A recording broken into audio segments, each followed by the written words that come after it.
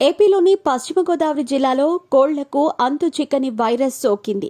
1,00,000కు పైగా కోళ్లు మృత్యువాత పడుతున్నాయి.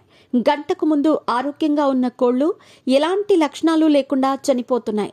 దీంతో పౌల్ట్రీ యజమానులు, చికెన్ ప్రేమికులు ఆందోళన చెందుతున్నారు. మరి పూర్తి వివరాలేంటో ఇప్పుడు చూద్దాం.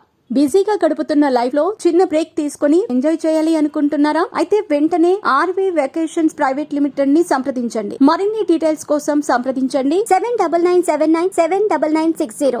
చికెన్ అంటే ఇష్టపడని వారు ఎవరూ ఉండరు.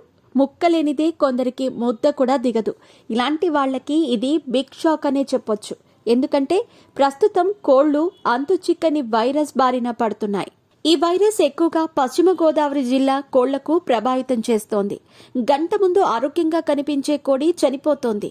ఇప్పటి వరకు ఈ వైరస్ కారణంగా 1,00,000కు పైగా కోళ్లు మృత్యువాత పడినట్టు తెలుస్తోంది.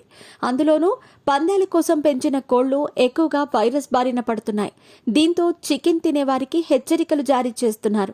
చికెన్ తినటం వల్ల మనుషులు కూడా చనిపోయే ప్రమాదం కూడా ఉందని వైద్యులు హెచ్చరిస్తున్నారు. ఇదిలా ఉండగా ఈ అంతు చిక్కని వైరస్ ఇప్పుడే కాదు, 4 ఏళ్ల క్రితం కూడా వచ్చిందట. అప్పట్లో కూడా భారీ సంఖ్యలో కోళ్లు చనిపోవడంతో పౌల్ట్రీ యజమానులు చాలా ఇబ్బందులు పడ్డారు. చాలా ఏళ్ల తర్వాత వైరస్ తగ్గింది. ఇంతలో చాలా నష్టాలు చవిచూశారట.